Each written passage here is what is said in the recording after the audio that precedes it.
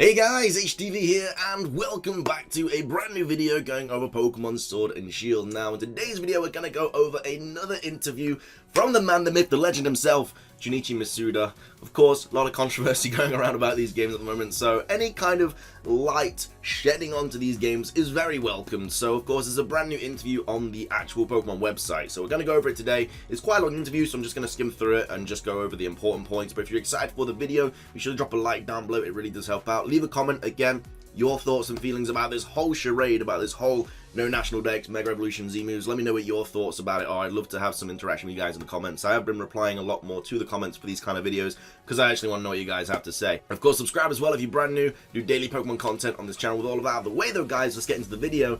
I really hope that you guys enjoy. So, straight off the bat, this is an interview on Pokemon.com. If you guys want to read it yourselves, it will be linked in the description down below as always. But it basically says, we interviewed Junichi Masuda and Shigeru Omori. I don't know if I get that second name right. I feel like I always get it wrong, and I do apologize if I do. But it says, about Pokemon Sword and Shield.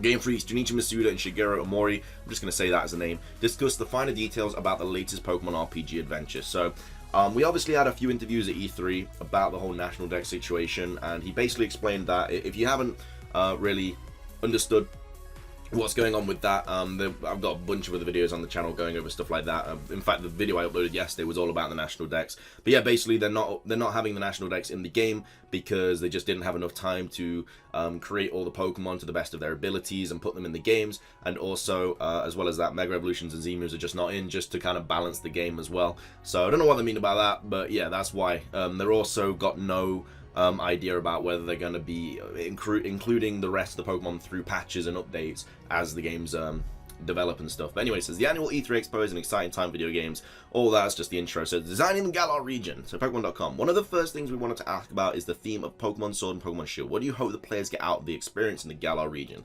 The biggest theme in these games is the idea of being the greatest or the strongest. I think that's why the whole Dynamax thing is a situation. And we expressed that through the Nintendo Switch being the most powerful system that Pokemon games have been on before in terms of the graphical capabilities and hardware specifications. Also, the Dynamax feature shows how Pokemon become huge and strong. We really want players to feel the idea of strength come through these games. So I feel like they got rid of Mega Evolutions and Z moves to kind of concentrate more on the whole Dynamax situation now. Whether that means that Dynamaxing is going to be in a future Pokemon title, we don't know. Maybe it is just for the Galar region. Because if in the next title, say like Gen 9 for example, you got Mega Evolution, Z moves, and Dynamaxing, the competitive scene is just kind of going to be all over the place. So I kind of get why they've taken other mechanics out of the competitive scene, because you don't want to be having to prep for like Dynamax in Pokemon, Mega Evolution, Z moves. Like, there's too many things that would just completely sway the tide of battle. Like, it's completely gone off what it used to be, where it was just literally a 6-on-6 battle, and that was that. Now with all these different mechanics, there's just too much going on. So I understand why they've gotten rid of Z moves and Mega Evolutions. I don't feel like there will be a game where all three of those mechanics are together in one game, because it would just be too much kind of going on. It says, tell us about the Galar region. What was the inspiration behind this new region? Why do you feel it would be a good setting for the next big Pokemon adventure? The Galar region is based on the UK, and it ties back into the theme of strength. There are a lot of legends in the UK of giants and whatnot, and we're trying to convey that in these games as well. So, of course, from Dynamaxing and stuff, to do with the legends of the UK. So there's a lot of legends in the UK, obviously. We've got dragons, we got a bunch of stuff like that. Well, dragons are kind of like legends, you get the drill. But I feel like there's going to be a lot of dragons in this game, a lot of just mythological creatures, you know, that are to do with UK, you know, and a lot of the history and stuff. So I would not be surprised about that. And also the third legendary is most likely going to be like a huge Dynamax Pokemon as well, because it will just probably take on that feature to kind of promote it a little bit more. And then it says, creating an entirely new region sounds like a daunting task. How long does it take to develop a new region? So it really depends on the game, but development can go on for quite some time. Specifically with Pokemon Sword and Shield, we began the conceptual phase immediately after development wrapped up on Pokemon Sun and Pokemon Moon. So Pokemon Sun and Moon came out, I think 2016, I think, Sun and Moon release. I'm pretty sure it was 2016. Yeah, November the 18th, 2016. So they've been working on this game for a solid 3 years now. I thought it was a lot longer than that. I thought they did it like about 5 years, but about 3 years. So 3 years is quite a lot for one game.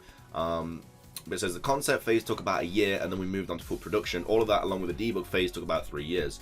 So yeah, that's interesting. I thought it was a lot longer than that. That's kind of I kind of understand why not every single Pokemon's in the game now, because I thought they'd been doing it for about 5 years, but it turns out to be about 3 years, so that's very interesting. So they've been working on these games for 3 years, basically. We see you holding these large plush versions of Pokemon Sword and Pokemon Shield's first partner Pokemon. What is the thought process about the new Pokemon, blah, blah, blah, blah. The way Pokemon design process works is different each game, but for the Pokemon Sword and Pokemon Shield process, we first had our planners and concept designers work to come up with the settings for where these three first partner Pokemon will be in the game. They create the text file with the thoughts of what that would be. So I wouldn't be surprised if we got kind of a bunch of pre-designs of Grookey, Scorbunny, and Sobble. I'd love to see them. I think it'd be really, really cool. So how do you define the individual character of each Pokemon? The new first partner Pokemon, for example, seem to have pretty defined personalities. One thing that sets Pokemon apart from the character brands is that we don't set out to design the Pokemon to be characters themselves. Instead, they're supposed to be these living creatures that are believable as existing in their own environment. Like Wooloo, for example, you can picture it living on its own in the wild like an animal would. But it's a little bit different for the first partner Pokemon. We try to infuse them with a fixed personality. For example, Sobble is kind of a crybaby Pokemon, while others might be more active or excitable. In general, they're designed to be believable living creatures, but we try to create more fixed personalities for the first partner Pokemon. And then it says, for the first partner Pokemon in particular, those are the first Pokemon that the player is going to choose, so having them convey as a straightforward personality is important. Makes it a lot easier to choose. Maybe people who are sad can choose Sobble. It's just gonna basically be everyone playing Sword and Shield because everyone's a little bit annoyed about the national decks. I kid. There's gonna be a lot of people that are a little bit annoyed playing this game. There's now you mentioned Wooloo, which is recently revealed, Pokemon that seems to have extremely popular fans. Blah blah. That's not important. So developing a new Pokemon game.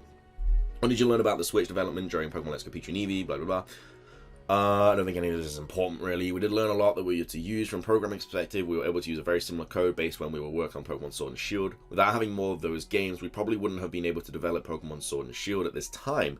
These were different teams working on those different games, but we're able to use a lot of what we learned. So yeah, if you didn't know, there was basically a team working on Let's Go Pikachu and Eevee, and then a team working on Pokemon Sword and Shield. So there was a team working on that since Sun and Moon came out, and then the other team was just working on Ultra Sun Moon, Let's Go Pikachu and Let's Go Eevee, all of those like main titles. So basically what they've just said there is if it wasn't for Let's Go Pikachu and Eevee with all those models and stuff, they probably wouldn't have been able to get Sword and Shield out at this time, which is another reason why I do believe that I feel like the whole Kanto Pokédex is going to be in these games, because they've already got all those models on the Switch for all of the Kanto Pokemon, and they've just said there it wouldn't be possible to bring these games out without Let's Go Pikachu and Eevee. Kind of makes you feel like they're gonna have the whole Kanto Dex. Now I know that's gonna annoy a lot of people, but it just makes sense. Like there's gonna be, at least there's gonna be more Pokemon in the game, you know? Yes, probably all 151 Kanto Pokemon are gonna be in Pokemon Sword and Shield. Mew's definitely gonna be in it. Mewtwo most likely will be, especially with the new movie coming out. And then Articuno, Zapdos, Moltres, most likely, I don't know. But if the models are already on the Switch, they've already designed them, why wouldn't they just bring them into Sword and Shield to have more Pokemon, you know? I don't know, that's maybe just me. Well, these games probably, yeah, I just read that. What elements do you feel are essential to core Pokemon RPG? Pokeballs, haha, great joke. It's a little bit broad. Let me think of something. One of the things I always put a lot of focus on the feeling of growing alongside your Pokemon. None of this is important. And then it's wild Pokemon. I mean, like I said, this is quite a long interview, so I don't want to go over like all and loads. I do want to read a bit about Dynamaxing though. Speaking of Dynamax Pokemon, what was the inspiration behind this new feature? One of the big reasons for us wanting to implement Dynamax Pokemon was that the Nintendo Switch has a high resolution. You can play it on big TVs, and we could better express the difference in size between Pokemon. Before on the similar screen, the smaller screen, handheld only systems, there just weren't enough pixels to really convey that. How do you feel about Dynamaxing differs from Mega Evolution or Z-moves? Okay, this is going to be interesting, because obviously Mega Evolution and Z-moves aren't in the game. We wanted to try out and take on that power-up gameplay that we had with Mega Evolution and Z-moves. We kind of combined the two of those in a way with Dynamax. Your Pokemon are powering up and growing much stronger, but also their moves change to be much stronger as well. Of course, we also wanted to make it more strategic with the players choosing exactly when to use Dynamax, which is why we limited the power to just 3 turns. When introducing a new element to Pokemon battles such as Dynamaxing, how do you maintain a balance to keep the battles interesting? You get rid of half the Pokedex. I'm kidding. That's a tough question, but one of the goals that we tried was making it so that any Pokemon could be viable in battle. Virtually all the Pokemon can Dynamax in the game, so if you didn't already know, pretty much every single Pokemon can Dynamax. Even Pokemon that may not have had a chance to be in the spotlight until now will have a chance to use that ability. So Dynamaxing Wailord is going to be in the game, because it's already been confirmed that Wailmer and Wailord are in these games, and he's just said there that virtually all Pokemon can Dynamax. We're getting a 1,000-foot Wailord, guys, I'm just saying. That was one of the main things we considered from a balance perspective. A balance perspective, Wailord ain't gonna die. We'll be able to use Dynamax Pokemon in player versus player battles, yes you will. The inspiration behind Max Raid battles, pretty much just gonna say Pokemon Go surely. Exploring the wild area.